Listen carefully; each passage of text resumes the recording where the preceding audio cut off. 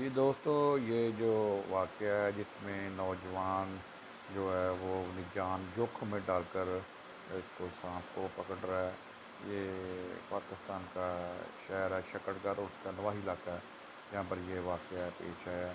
جو نوجوان ہے اس نے اپنا جان کو خطرے میں ڈالتے ہوئے 10 فٹ لمبے سانپ کو، جو اس کی جو گھس گیا تھا اس میں غار میں ایک میں، وہاں سے اس نے نکالا ہے۔ اور اس سانپ کو جو ہے وہ انتہائی خطرناک سانپ تھا جسے اس نوجوان نے پکڑا ہے۔ اور یہ جو نوجوان ہے یہ شکر گڑھ کا رہائشی ہے، اور سانپ کو بعد میں جو ہے وائلڈ لائف کے حوالے کر دیا گیا ہے۔